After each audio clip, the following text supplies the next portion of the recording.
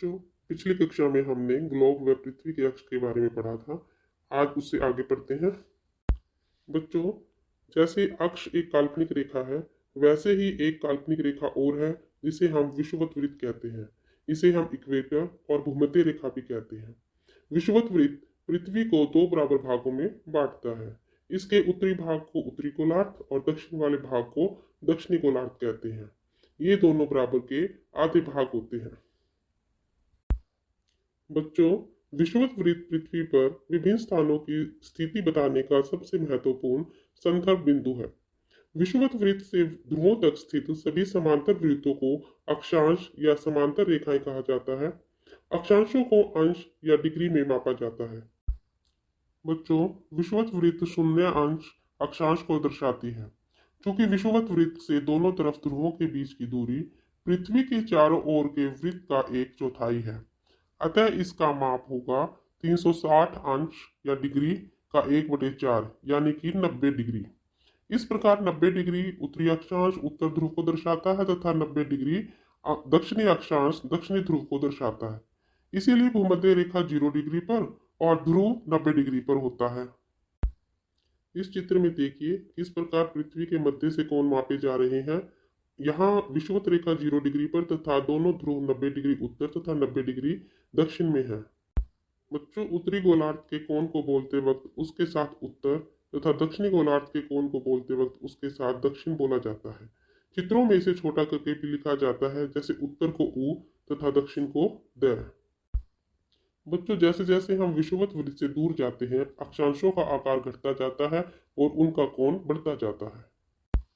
बच्चों, विषुवत रेखा से ध्रुवों की तरफ चलते समय हर 111 किलोमीटर पर 1 डिग्री कोण बढ़ जाता है, अर्थात किन्हीं भी दो क्रमागत अक्षांशों की दूरी 111 किलोमीटर है। बच्चों, अक्षांशों की कुल संख्या 181 है, जिसमें 90 अक्षांश उत्तरी गोलार्ध में तथा 90 अक्षांश दक्षिणी गोलार्ध में है। बाकी बचा एक अक्षांश विषुवत रेखा है। विषुवत रेखा सबसे बड़ा अक्षांश होता है। बच्चों, विषुवत रेखा के अतिरिक्त उत्तरी गोलार्ध में 23.5 डिग्री उत्तर पर कर्क रेखा यानी कि ट्रॉपिक ऑफ कैंसर, 66.5 डिग्री उत्तर पर उत्तर ध्रुव वृत्त यानी कि आर्कटिक सर्कल, 90 डिग्री उत्तर पर उत्तर ध्रुव है। इसी प्रकार दक्षिणी गोलार्ध में 23.5 डिग्री दक्षिण पर मकर रेखा यानी कि ट्रॉपिक ऑफ कैप्रिकॉन, 66.5 डिग्री दक्षिण पर दक्षिण ध्रुव वृत्त यानी कि अंटार्कटिक सर्कल, 90 डिग्री दक्षिण पर दक्षिण ध्रुव स्थित है। तो इस प्रकार कुल मिलाकर 7 महत्वपूर्ण अक्षांश होते हैं। सर, ये अक्षांश महत्वपूर्ण क्यों होते हैं? बच्चों, मैं वही तो बताने जा रहा था कि ये अक्षांश महत्वपूर्ण क्यों है।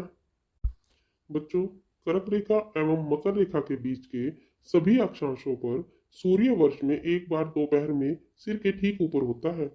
इसलिए इस क्षेत्र में सबसे अधिक ऊष्मा प्राप्त होती है तथा इसे उष्ण कटिबंध कहा जाता है। बच्चों, आप दिए गए चित्र से देख सकते हैं कि किस प्रकार सीधी सतह पर टॉर्च का प्रकाश तेज तथा कम क्षेत्र पर फैलता है। कर्क रेखा तथा मकर रेखा के बाद किसी भी अक्षांश पर दोपहर का सूर्य कभी भी सिर के ऊपर नहीं होता है। ध्रुव की तरफ सूर्य की किरणें तिरछी होती जाती हैं। इस प्रकार उत्तरी गोलार्ध में कर्क रेखा एवं उत्तर ध्रुव वृत्त तथा दक्षिणी गोलार्ध में मकर रेखा एवं दक्षिण ध्रुव वृत्त के बीच वाले क्षेत्र का तापमान मध्यम रहता है। इसीलिए इसे शीतोष्ण कटिबंध कहा जाता है। बच्चों, दिखाए गए चित्र से स्पष्ट हो रहा है कि तिरछी सतह पर टॉर्च का प्रकाश कम तेज परंतु अधिक क्षेत्र में फैलता है।